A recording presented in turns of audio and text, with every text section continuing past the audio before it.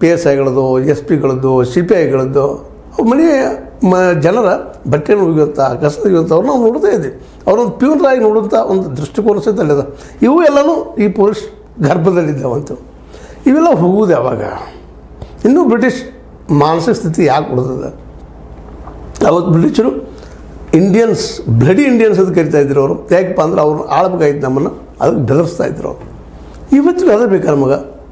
ಇದನ್ನು ಮೊದಲನೇದಾಗಿ ತಿಳ್ಕೊಬೇಕಾಗಿದೆ. ಆ ನೆಲೆಗಟ್ಟಿನಲ್ಲೇ ಇವತ್ತು ಸಿದ್ದರಾಮಯ್ಯನವರು ಈ ಪೊಲೀಸ್ ವ್ಯವಸ್ಥೆಗೆ ಒಂದು ವಾರ್ನಿಂಗ್ ಕೊಟ್ಟಿದ್ದಾರೆ, ಅದು ಆಗಬಾರದು. ವಾರ್ನಿಂಗ್ ಕೊಟ್ಟರೆ ಆಗ್ತದೇನೋ ಅಂತ ನಾವು ಕೇಳ್ತಾ ಇದ್ವಿ, ವಿಚಾರ ಮಾಡ್ತಾಯಿದ್ವಿ. ಸಿದ್ದರಾಮಯ್ಯನವರು ವಾರ್ನಿಂಗ್ ಮಾಡಿದರು.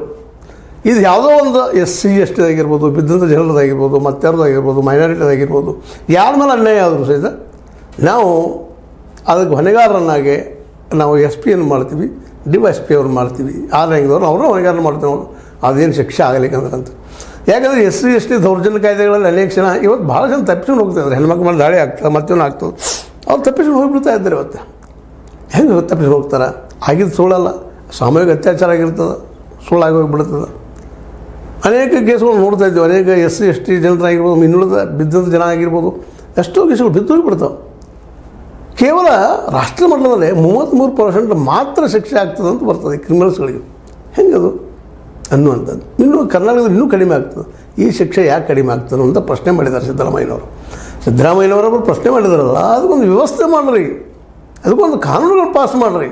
ಬರೀ ವಾರ್ನಿಂಗ್ಲಿ ಕೆಲಸ ಆಗೋದಿಲ್ಲ. ಯಾಕಂದರೆ ಇದು ನೀವು ಇರ್ತೀರಿ, ನಾಳೆ ಮತ್ತೊಬ್ಬರು ಬರ್ತಾರೆ, ಅವ್ರು ತಮಗೆ ಬೇಕಂತ ಅಡ್ಜಸ್ಟ್ಮೆಂಟ್ ಮಾಡ್ಕೊತ ಹೋಗ್ತಾ ಇದ್ದಾರೆ. ನಾವು ಪೊಲೀಸರನ್ನ ಈ ರಾಜಕಾರಣಿ ಅನ್ನುವಂಥ ನಿಮ್ಮಂಥ ಶಿಷ್ಯರು, ನಿಮ್ಮ ಜೊತೆಗಿರೋರು ಅವ್ರನ್ನ ದುರುಪಯೋಗ ಮಾಡ್ಕೊಳ್ತಾ ಇದ್ದಾರೆ ರೀ. ತಮ್ಮ ಬೇಕಾದಂಗೆ ಬಳಸ್ಕೊಳ್ತಾ ಇದ್ದಾರೆ. ಹಾಗೆ ಪಾಪ ಅಧಿಕಾರ ಸೇವೆ ವರ್ಗದವ್ರು ಹಂಚ್ತಾರೆ ಮೇಲವರ್ಗ. ಅದಕ್ಕೆ ಬೇಕಪ್ಪ ನಮಗೆ, ನಾನು ನನ್ನ ಮಕ್ಕಳು ನನ್ನ ಹೆಂಡು ಆರಾಮಿದ್ರೆ ಸಾಕಪ್ಪ ಅಂತೇಳಿ ನಿಮ್ಮ ಪರವಾಗಿ ಕೆಲಸ ಮಾಡೋದು ಹೋಗಿಬಿಡ್ತಾರೆ. ಇದನ್ನು ಮೊದಲು ಈ ಮನೋಸ್ಥಿತಿಯನ್ನು ತೆಗೆಸ್ಬೇಕಾಗಿದೆ. ನಾವು ಅವ್ರು ಸ್ವತಂತ್ರತೆ ಕೊಡಬೇಕಾಗಿದೆ ಪೊಲೀಸರಿಗೆ. ನಮ್ಮ ಪೊಲೀಸರಿಗೆ ಸಾಮಾನ್ಯರಿಲ್ಲ. ಅವ್ರು ಸ್ವಾತಂತ್ರ್ಯ ಕೊಟ್ಟು ಅವ್ರಿಗೆ ಒಳ್ಳೆಯ ಶಿಕ್ಷಣ ಇನ್ನೂ ಸ್ವಲ್ಪ ಕೊಡಿಸಿ ಬಿಟ್ಟರೆ ಅವ್ರು ನೀವು CBI ಬೇಕಾಗಿಲ್ಲ ನಮ್ಮ ಕರ್ನಾಟಕದಲ್ಲೇ. CBI ಬೇಡ, ನೀವೇನು ಹೇಳ್ತಾ ಇದ್ದೀರ, IT ಬೇಡ, ED ಬೇಡ. ಅವರು ಹಿಡಿಯೋಂಗದಾರೆ ಎಲ್ಲರೂ. ಇಲ್ಲೇ ತುಳುಗರನ್ನು ನೆಲಗಳ್ಳರನ್ನು, ಮಾಫಿಯಾಗಳನ್ನು, ಧೂಳು ನಂಬರ್ ಸಾರಾಯಿ ಮಾರುವವ್ರನ್ನ ಅನೇಕರೆಲ್ಲ ಎಲ್ಲ ತೆಗಿತಾರೆ. ಎಲ್ಲ ಗೊತ್ತದ. ಪೊಲೀಸ್ ಅಂದ್ರೆ ಸಾಮಾನ್ಯ ತಿಳಿಲಿಕ್ಕೆ ಹೋಗ್ಬೇಡ್ರಿ, ಅವ್ರು ಮಹಾನ್ ಬುದ್ಧಿವಂತರಿದ್ದಾರೆ. ಆದರೆ ಅವ್ರಿಗೆ ನೀವು ಹಸ್ತಕ್ಷೇಪ ಮಾಡೋದ್ರಿಂದಾಗಿ ಒಬ್ಬ MLA ಮತ್ತೊಬ್ಬರು ಮೊನ್ನೆ ನೋಡ್ರಿ, ಒಬ್ಬ MLA ಏನೋ ಮಾತಾಡಿದ್ದು ನೋಡಿದ್ವಿ ನಾವು. ಹಾಗೆ ಮೇಲೆ ಇದ್ದೇ ಇರ್ತದೆ. ಯಾವ ಭಾಗದಲ್ಲಿ PSI ಇರ್ತಾರೋ, CPI ಇರ್ತಾರೋ, DYSP ಇರ್ತಾರೋ, ಆ ಭಾಗದ MLAಗಳು ಅವ್ರ ಮೇಲೆ ಕಮಾಂಡ್ ಮಾಡ್ತಾ ಇರ್ತಾರೆ. ಅವ್ರು ಹೇಳಿದ್ರೆ ಅವ್ರು ಕೇಳುವಂಥ ಪ್ರಸಂಗ ಇವತ್ತು ನೀವು ತಂದಿಟ್ಟಿದ್ರಿ. ಯಾಕೆಂದ್ರೆ ಬೇಕಾದಲ್ಲಿ ನೀವು ಟ್ರಾನ್ಸ್ಫರ್ ಮಾಡ್ತೀರಿ, ಏನೆಲ್ಲೋ ಮಾಡ್ತೀರಿ, ನಿಮ್ಗೆ ಬೇಕಾದಂಥದ್ದು ಹಾಕೊಂಡ್ಬಿಡ್ತೀರಿ.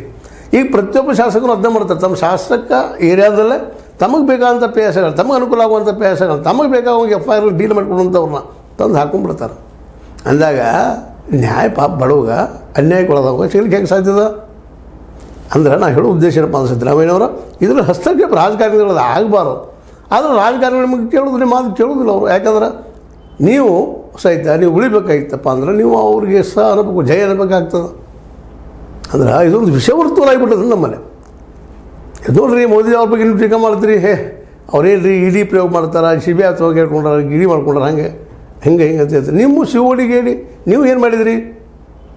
ಲೋಕಾಯುಕ್ತ ನನಗೆ ಏನು ಮಾಡಿ ಹೋಗಿದ್ರಿ? ಅದಕ್ಕೆ ನಾವು ಹೇಳುವಂಥ ಉದ್ದೇಶ ಇಷ್ಟ. ಪೊಲೀಸರಿಗೆ ಕೇವಲ ಒಂದು ಸೂಚನೆ ಕೊಡೋದು ಮತ್ತೇನೋ ಆರ್ಡರ್ ಮಾಡೋದು ಏನು ಪರಿವರ್ತನೆ ಆಗೋದಿಲ್ಲ, ಬದಲಾಗೋದಿಲ್ಲ. ಮತ್ತು ತಪ್ಪಿಸಿದ ಶಿಕ್ಷೆ ಆಗ್ತೈತೆ ಅಂತ ಗ್ಯಾರಂಟಿ ಇಲ್ಲ. ಆದರೂ ತಪ್ಪು ಮಾಡೋರು ಯಾರು ಅಂದರೆ ಹೆಚ್ಚಿಗೆ ಮ್ಯಾಕ್ಸಿಮಮ್ ಹಣಬಲ ಇದ್ದಂಥವ್ರು, ತೋಳ್ಬಲ ಇದ್ದಂಥವ್ರು, ಇವರು ತಪ್ಪು ಮಾಡ್ತಿರ್ತಾರೆ ರೀ. ತಮ್ಮ ದುಡ್ಡಿನಿಂದ ಬೇಕಾದ್ರೆ ಮಾಡ್ತಾರೆ, ಬೇಕಾದ ಕೇಸ್ಗಳು ಮುಚ್ಚಾಕ್ತಾರೆ. ಎಷ್ಟು ಮಂದಿ ಇಲ್ಲಿ ಇವತ್ತಿನ ರಾಜಕಾರಣಿಗಳು, ಎಷ್ಟವರು ಭ್ರಷ್ಟ ವ್ಯವಹಾರಗಳಿಲ್ಲ. ಇವತ್ತು ನಾವು ಕಂಪ್ಲೇಂಟ್ ಮಾಡಿಸೋದು ಹಿಂಗೆ ಮಾಡಬೇಕಾಗಿದೆ. ಯಾಕಂದ್ರೆ ಅವ್ರು ಯಾವುದೋ ದಾರಿ ತಪ್ಪಿಸ್ಕೊಂಡು ಮತ್ತೆ ಬಂದು ನಮ್ಗೆ ಅಟ್ಯಾಕ್ ಮಾಡುವಂಥ ಪರಿಸ್ಥಿತಿಗಳಿದ್ದಾವೆ.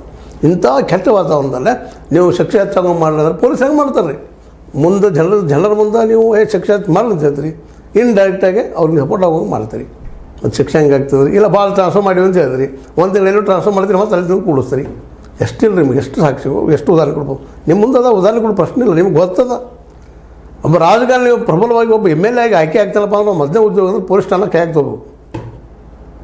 ನಾವು ಹೇಳಿದಾಗ ಪೊಲೀಸರು ಕೇಳ್ಬೇಕಾದ್ರೆ ಇದು ಮೊದಲನೇ ಶಾಸಕನ ಬೇಡಿಕೆ ನಿಮ್ಮ